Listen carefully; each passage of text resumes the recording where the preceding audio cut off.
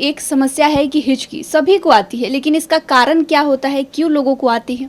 देखिए, हिचकी के बहुत सारे कारण हैं और जो महत्वपूर्ण कारणों में जिसमें कि हिचकी लगातार आते रहती है, जो परेशानी होने लगती है, उसमें एक समस्या होती है किडनी की। जब किडनी में जो प्रोटीन के सब्स्टिट्यूट सब जो मेटाबॉलिक नहीं निकल पाते हैं शरीर से बाहर, यूरिया का बढ़ोतरी होता है, ब्लड यूरिया, नाइट्रोजन बढ़ने लगते हैं, उस समय हिचकी लगातार इंट्रैक्टेबल हिचकी होने लगती है किडनी के रोगियों में।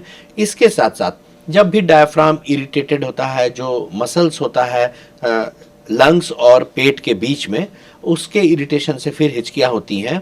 और किसी किसी को भी देखा गया है कि अगर बहुत ज़्यादा कार्बोनेटेड ड्रिंक्स ले रहे हैं, जैसे सोडा ड्रिंक्स होता है, कोल्ड ड्रिंक्स होता है, वो ले रहे हैं, एसिडिटी बहुत ज़्यादा है, मिर्ची तीखी चीज़ बहुत ज़्यादा खा रहे हैं, तो उस समय भी डायफ्राम इरिटेटेड होता है और फिर हिचकियाँ ट्रांजिएंटली थोड़ी समय के लिए आती रहती हैं। और इसके अलावे अगर खान पान में बहुत ज़्यादा क्लिष्ट भोजन, तेलीय पदार्थ, वसा जिसमें ज़्यादा हो, वो अगर खा रहे हैं तो वो भी बहुत ज़्यादा लेने से हिचकियाँ आती हैं। तो एसिडिटी और डायफ्राम के इरिटेशन से, इन कारणों से हिचकियाँ लोगों को में ज़्यादा दिखी जा रही है। सर, बहुत बार देखा जाता है कि लोग सलाह भी देते हैं, घरेलू उपचार के लिए बोलते हैं, जैसे कि बोलते हैं कि उल्टी गिनती गिनने से भी ये ख़त्म हो सकता है, चीनी खाने से ख़त्म हो सकता है, तो सच में ये ऐसा होता है? देखिए, माइल्ड जो हिचकी आती है, जो डायफ्राम की इरिटेशन से, हल्की एसिडिटी के कारण से या हाई कार्बोनेटेड ड्रिंक्स के कारण से ट्रांजिएंटली जो हिचकी आई है, वो कभी कभी इस तरह के चीज़ों से ठीक हो जाती है। लेकिन अगर लंबे समय से किसी को लंबी हिचकी हो रही है, जो परेशानी डे टू डे एक्टिविटी में भी कर रहा है, तो कारण जो है, मूल कारण उसके आने का, उसको फिर निवारण करना होता है। और जैसे किसी को किडनी का रोग है, यूरिया बढ़ी हुई है, तो उसे कंट्रोल करना आवश्यक होता है हिचकी को कंट्रोल करने के लिए।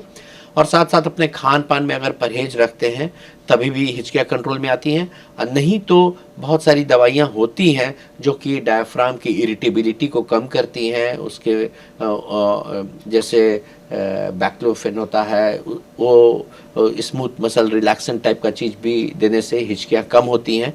तो वो चिकित्सीय देखरेख में फिर दवाइयों का सेवन करने की आवश्यकता हो सकती है। जो ये दवाई इलाज जो होता है इसके लिए, तो लंबा चल सकता है?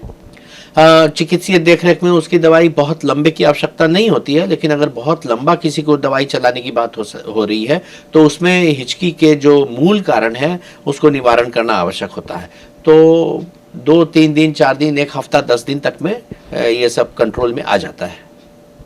तो अगर इस बारे में अगर बात करें कि लोगों को जानकारी देना है कि लोग कैसे इसको, जो गलत चीज़ें हैं, जो घरेलू मिथ्ये भी बताए जाते हैं, वो जब से चीज़ को दूर करना है, तो उसके लिए क्या कहना चाहेंगे?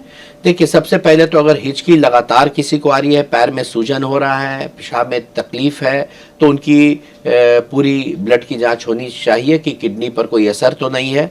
और दूसरी चीज़ है कि किसी को अगर ट्रांजिएंट बार बार हिचकी आती है, फिर ठीक हो जाती है खुद ब खुद, तो उन्हें खान पान पर उनके क्या परिवर्तन किया जाना चाहिए जिसमें कि बहुत ज़्यादा एसिडिटी ना हो, कार्बोनेटेड चीज़ ना हो, केमिकल्स ना हो, तीखी चीज़ ना हो, बहुत ज़्यादा वसा पदार्थ ना हो, तेल घी नहीं हो, तो उसको डाइट को कंट्रोल करके भी किया जा सकता है। अगर किसी को डायफ्राम में डायफ्रैगमेटिक इरिटेशन है, हर्निया है, तो वो चिकित्सीय देखरेख में उसकी करेक्शन करनी चाहिए। लेकिन अगर छोटे समय तक के लिए 1-2 बार में अगर घरेलू नुस्खा लगाते हैं, उससे हिचकियाँ ठीक हो जाती है, कोई उसमें खराबी नहीं। लेकिन अगर बार बार किसी को हिचकी आ रही है तो चिकित्सीय सलाह जरूर लेनी चाहिए।